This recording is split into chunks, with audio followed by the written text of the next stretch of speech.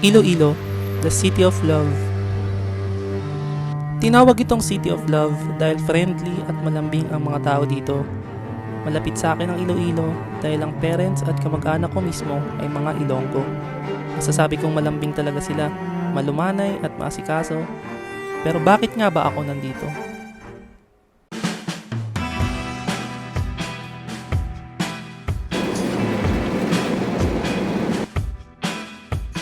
Ito si Nash, kawork ko. Sponsored ng company namin ang pagpunta dito dahil may event kaming pupuntahan. First time ko makarating ng Iloilo. Matagal ko na rin gusto pumunta dito, bata pa lang, dahil curious na rin ako noon sa lugar kung saan galing ang roots ko. At the same time, marami na rin talaga nagsasabi na maganda dito. Dito kami nagstay sa hotel sa Mandurriao dahil malapit ito sa venue ng event. Pagdating namin, nagbaba lang kami ng gamit sa kwarto bago kami mag-lunch. Tinanong na rin namin kung anong sikat na kainan malapit sa hotel. Dito kami tinuro sa Tatoy's Restaurant sa may Atria. Bagong branch lang ito dahil ang original talaga ng location ng main restaurant ay sa may Villa Arevalo District. Early 70s nung tinayo ito. Maraming pagpipilian sa menu na lutong ulam at ang pinaka-specialty talaga nila ay ang native lechong manok. Pagkatapos namin mag-lunch, dumiretso kami sa Iloilo Convention Center kung saan ang venue ng event para i-check ang lugar. Ito nga pala yung recap ng 3 days event namin dito. Pagkatapos ng event, sumunod yung dalawa naming kawork, si Carms at si Den. Spontaneous lang yung pagsunod nila kasi nung nalaman nila mag-Iloilo kami. Ngayon, nag-book agad sila ng flight.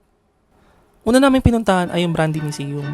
Located lang siya sa Iloilo Business Park which is 7 minutes away sa hotel namin. Ang Brandy Museum ay pagmamayari ng Emperador Incorporated.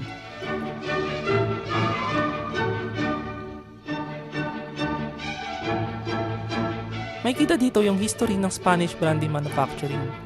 Mula sa mga founders, traditional brandy making tools, at mga old Emperador brandy bottles. Meron din palang coffee shop dito, which is nagsiserve sila ng kape na may halong brandy.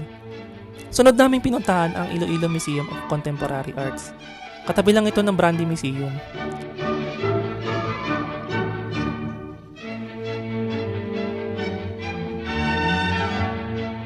Gabi na at oras na para maghapunan. Napagdesisyonan namin kainin ay ang kansi. Kaya pumunta kami sa Patpat's Kansi House sa May Haro.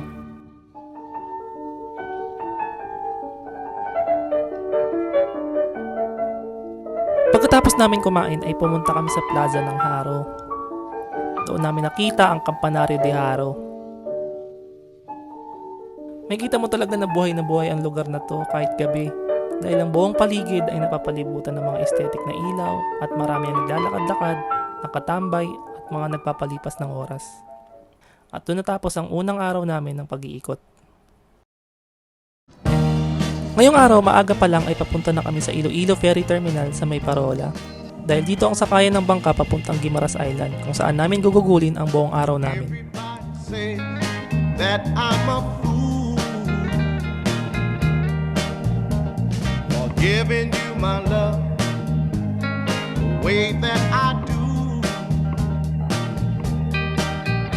Kilala ang Guimaras na mango capital dahil ang manggagaling dito ang pinakamatamis sa buong mundo at umaabot ang pag-export nito sa Europe at US.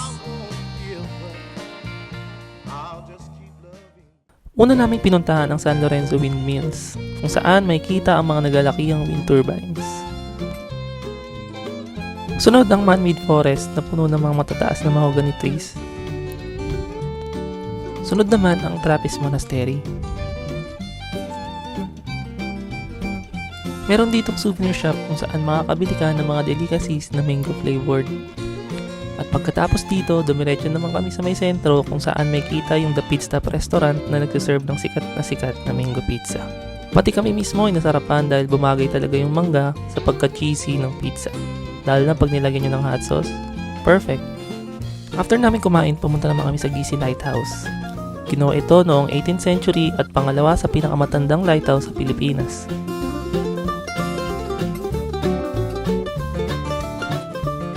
Tanaw din dito yung Gisi Beach. After dito, dumiretso naman kami sa may Alubion Beach dahil doon yung entry point namin sa island hopping. Hindi na namin pinuntahan yung iba para may sapat na oras pa kami sa island hopping at hindi na kami masyado gabihin pabalik ng Iloilo. Sa island hopping, nasa 5 o 6 na isla yung madadaanan, pero nagstay lang kami ng matagal sa isa, sa may Natago Beach. Okay kasi maligo dito, walang tao, tsaka mayroong sandbar, kaya napatampisaw kami ng matagal. Tapos dinaanan namin saglit yung Barras Cave. Malakas yung alon kaya di na kami pumasok sa loob. Last stop namin ay may dinaanan kaming floating restaurant at doon na kami nag-late lunch bago kami bumalik ulit ng Alubihon Beach.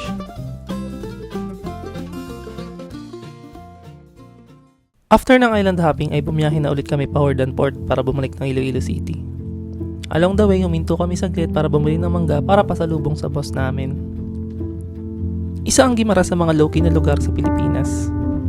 Hindi lang pinakamatamis na mangga ang meron ng isla, pero napakaganda rin ng mga beach, islets, landscapes at pagiging authentic ng lugar.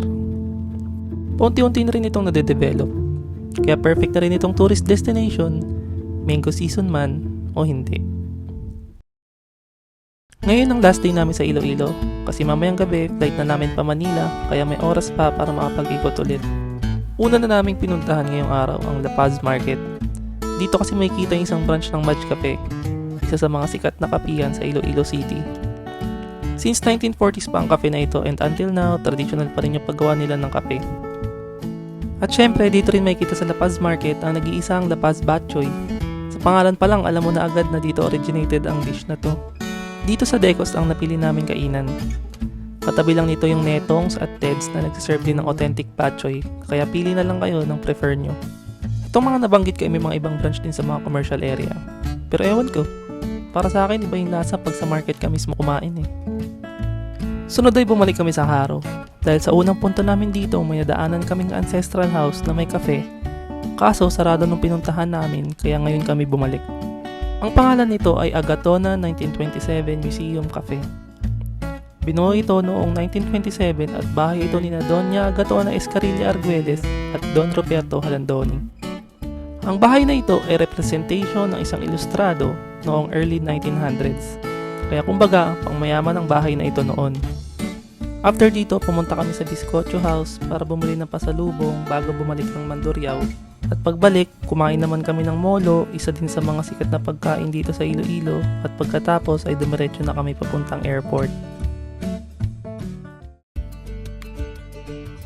Sa kaunting araw na pag-iikot namin sa Iloilo, ay isa ang probinsya na ito na nagulat ako at sobrang nagandahan. Dahil buong lugar mismo ay maaliwalas, malinis at safe. Mayroon na ring business district dito at hindi mataas ang mga building. At the same time, na-preserve yung pagiging historical ng lugar. Kaya para sa akin, ito yung perfect representation ng pagiging urban at rural ng isang lugar. Madaling makaikot dahil may grab na rin. Masarap ang mga pagkain, mababait at masayahin ang mga tao. Sa city pa lang ang naikot ko, pero nasulit ko na agad. Pero kahit maikot ko ang buong Iloilo, ito ay babalik-balikan ko.